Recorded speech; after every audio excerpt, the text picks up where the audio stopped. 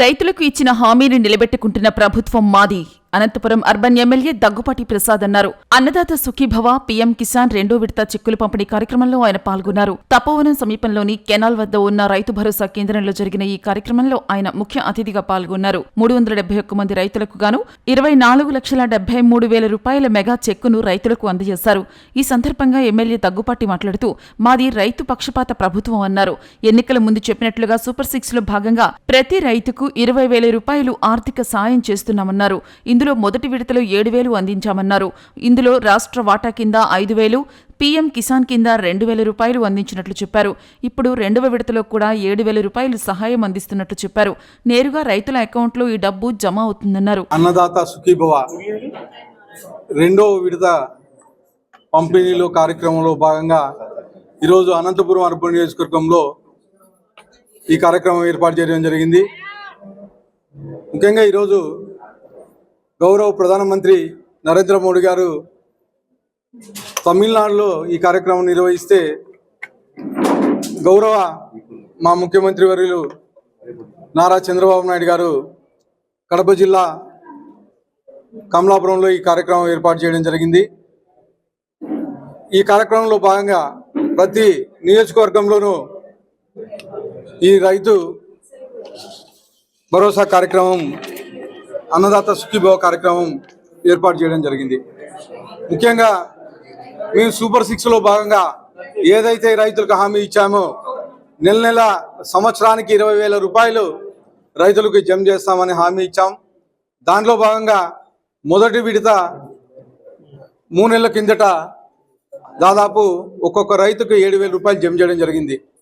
అంటే మా state contribution 5,000 రూపాయలు, అలాగే సెంట్రల్ కంట్రిబ్యూషన్ 2,000 రూపాయలు.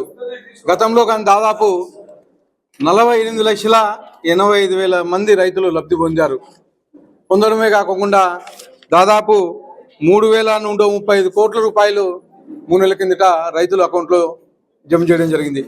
మళ్ళీ రెండో విడతలో భాగంగా ఈరోజు అంటే రేపొద్దున మళ్ళా ప్రతి రైతుకి 7,000 రూపాయలు జమ అయ్యే కార్యక్రమం ఈరోజు ఏర్పాటు చేయడం జరిగింది.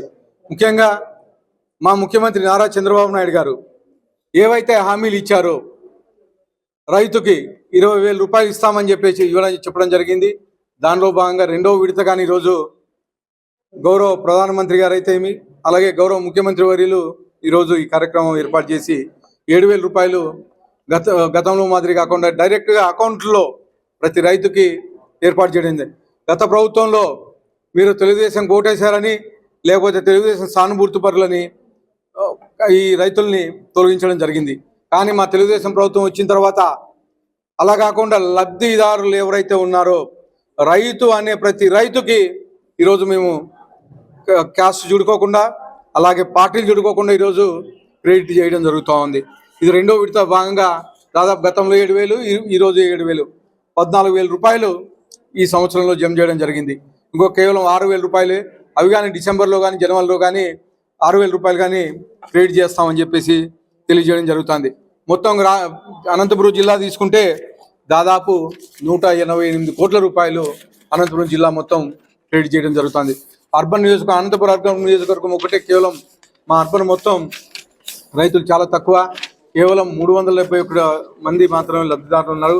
వాళ్ళకు దాదాపు 24,80,000 రూపాయలు మా అనంతపురం అర్బన్ నియోజకవర్గం లబ్ధిదారులకి వేయడం జరిగింది.